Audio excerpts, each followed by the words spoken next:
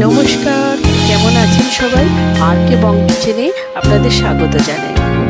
বন্ধুরা, এখন বাজারে কচি কচি শিম পাওয়া যাচ্ছে, তাই শিমের এই রেসিপিটা এইভাবে বাড়িতে বানিয়ে দেখতে পারেন। তাই আমি এখানে গোটা গোটা 300 গ্রাম শিম নিয়ে নিয়েছি।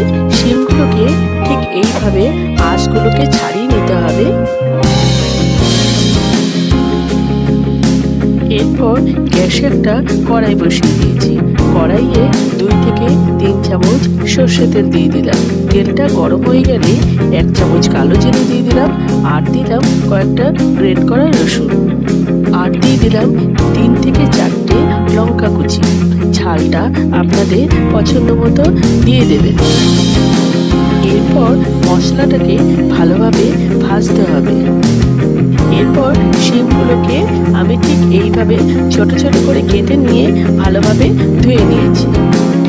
এরপর শিমগুলোকে তেলে ছেড়ে দিলাম। সামান্য পরিমাণ হলুদ দিয়ে দিলাম, আর স্বাদ মতো নুন দিয়ে দিলাম। আমার ভিডিও যদি আপনাদের ভালো লাগে তাহলে লাইক, শেয়ার অ্যান্ড সাবস্ক্রাইব করবেন। এরপর নুন হলুদ ভালোভাবে মিশিয়ে নিয়ে ঢাকা চাপা দিয়ে দিলাম 5 থেকে 7 মিনিটের জন্য। এরপর দেখুন শিমটা অনেকটা মজে গেছে। এরপর একটা ছোট সাইজের টমেটো কুচি আমি দিয়ে দিলাম। এরপর টমেটোটা শিমের সাথে ভালোভাবে মিশিয়ে নিয়ে 2 মিনিটের জন্য ঢাকা চাপা দিয়ে দেব। টমেটোটা নরম হয়ে গেছে, আর শিমটাও ভাজা হয়ে গেছে, একই সাথে সিদ্ধ হয়ে গেছে। এরপর সামান্য পরিমাণ চিনি দিয়ে দিলাম। একটু মিষ্টি দেবেন, তাতে খেতে খুব ভালো লাগবে। এরপর দিয়ে দিলাম 1 চামচ সর্ষে বাটা। এরপর সর্ষেটাকে ভালোভাবে মিশিয়ে নিলাম। এখানে এক্সট্রা জল দেওয়ার কোনো প্রয়োজন নেই।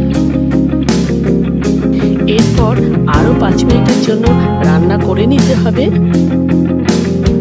এরপর আমি কিছুটা পরিমাণ ধনেপাতা কুচি দিয়ে দিলাম।